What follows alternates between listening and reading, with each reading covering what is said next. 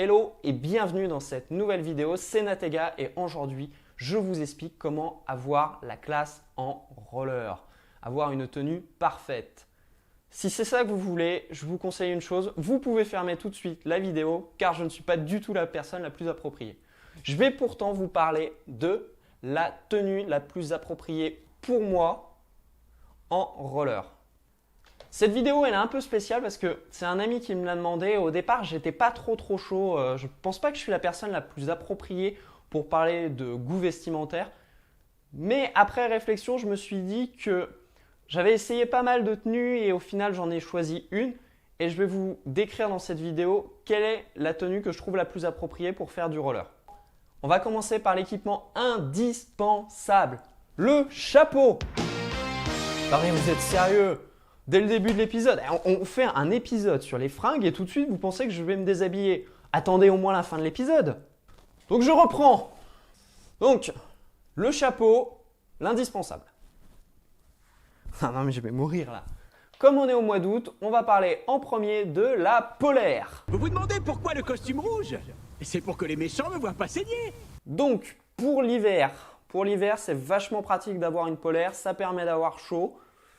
Alors moi je vous conseille d'avoir une tenue qui soit de couleur vive pour être vue des voitures et des piétons car la nuit tombe vite. Pareil, toujours être vu en roller, donc mettez des surfaces réfléchissantes dessus, ça coûte pas grand chose et ça peut vous éviter de faire de nouvelles rencontres avec le capot d'une bagnole. Pour le t-shirt, ce que je mets c'est un t-shirt respirant. Comme ça quand vous transpirez, vous n'êtes pas mouillé, ça sèche très vite et c'est vachement bien. L'inconvénient de ces t-shirts, c'est lorsqu'il y a du vent ou qu'il fait froid, vous avez l'impression de ne pas avoir de t-shirt. Allez, vous êtes vraiment sérieux? Vous voulez que je l'enlève le t-shirt ou pas? Je vous ai dit, fin de vidéo. Ah là. Vous me laissez travailler un petit peu? Pour le pantalon, donc ceux qui me suivent sur la chaîne ont remarqué que je suis toujours en jean. Pourquoi le jean? Eh bien pour une seule raison, c'est que c'est très résistant. Donc, vous pouvez le voir, hop, je vais monter sur la chaise, je fais comme je veux, je suis chez moi, c'est le blog. Vous pouvez voir, si vous regardez l'état de mon jean, donc voilà, on va se tourner, ouais, vous voyez les trous là, vous voyez? Là, mes amis, ce sont des trous faits suite à des chutes, je ne l'ai pas acheté comme ça. Donc vous imaginiez si ça avait été mes fesses. Vous vous calmez tout de suite. Je ne mets pas tout ce qui est survêtement pour deux raisons. C'est que déjà de 1, c'est très moche. Et de 2, c'est qu'à la première chute, vous pouvez le changer. C'est pas fait pour. C'est fait pour aller faire de la course, de la muscu, tout ce que vous voulez, mais c'est pas du tout adapté au roller.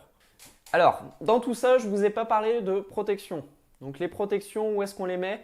Alors, moi, je vous conseille de toujours les mettre au-dessus de vos vêtements.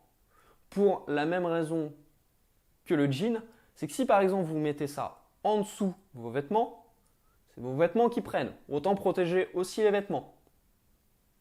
Après, si vous ne tenez pas à votre jogging, c'est votre problème.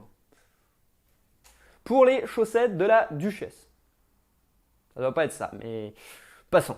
Prenez des chaussettes de sport comme celle-ci. Donc, c'est les chaussettes basiques de chez Decathlon. Il faut qu'elle soit montante le plus possible, il faut qu'elle soit plus haute que votre patin. Qu'est-ce qu'on peut retenir de cet épisode? Toujours avoir une tenue adaptée à sa pratique et au climat. Si vous avez aimé la vidéo, n'hésitez pas, comme chaque semaine, à la liker et on se retrouve la semaine prochaine pour une prochaine vidéo. Ciao!